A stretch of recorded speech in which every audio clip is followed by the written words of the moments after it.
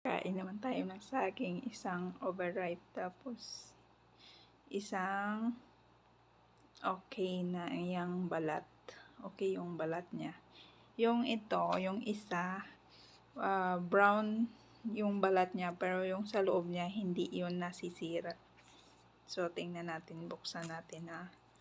So, yung isa kong kamay naghahawak ng kamera. Para mabuksan natin, siyempre gamitin natin yung isang kamay. Isang kamay lang yung ginagamit ko, guys. So, yun. Isang kamay lang.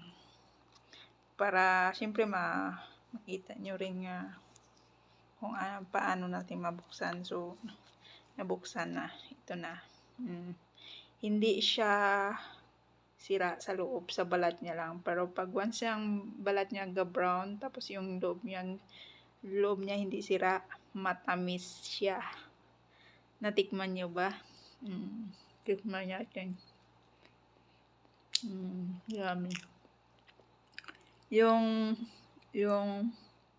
Yung taste niya malapit na ma-expire. Katulad mo, charot.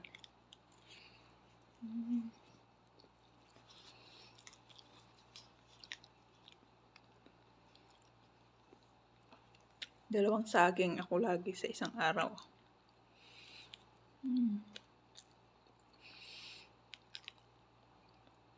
Yung lasa niya na parang malapit na ma-expire.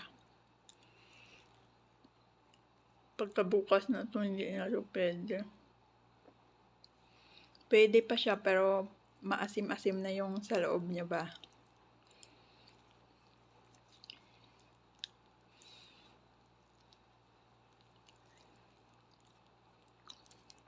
Mahirap pala pag kumain na may hawak yung isa mong kamay, tapos yung isa mong kamay lang nagabalat at ano ba, mahirap pala, no? Paano na lang kung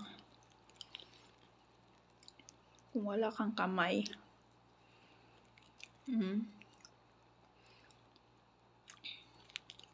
Mahirapan ka kumain pag wala kang kamay.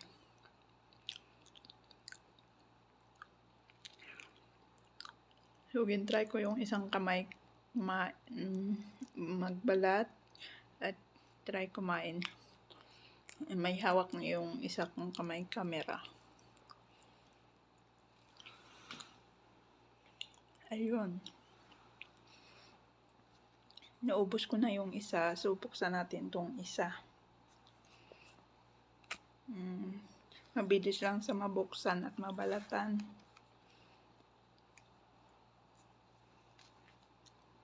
Yummy na yummy ako sa saging. Basta saging, favorite ko ang saging. Kahit anong saging, mapasabaman. Basta hinog siya. Sa mga nilaga, gusto ko yung tsakto lang sa saging. Yummy. Laki siya. Malaki. Tapos, uminom pagkatapos ng kain ng saging, inuman ng laban. So, very strong. Mabigat, medyo mabigat sa tiyan. Maganda.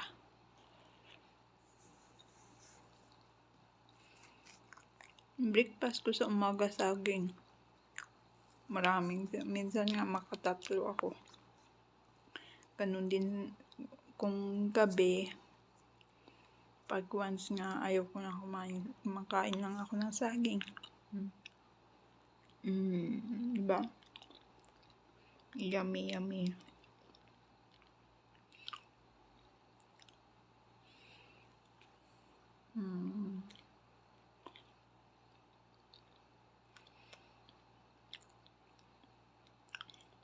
Sarap. Maganda to sa mga bata, magkain ng mga prutas tulad saging. Pero wag yung marami. Hindi din maganda pag marami makain mo ba. Sabi ng bata pa nga ako, pag once tumitigas. Hindi makalabas ba? Kasi matigas. So, kung mahirapan kayo sa pagpupo nyo, uminom kayo ng maraming tubig.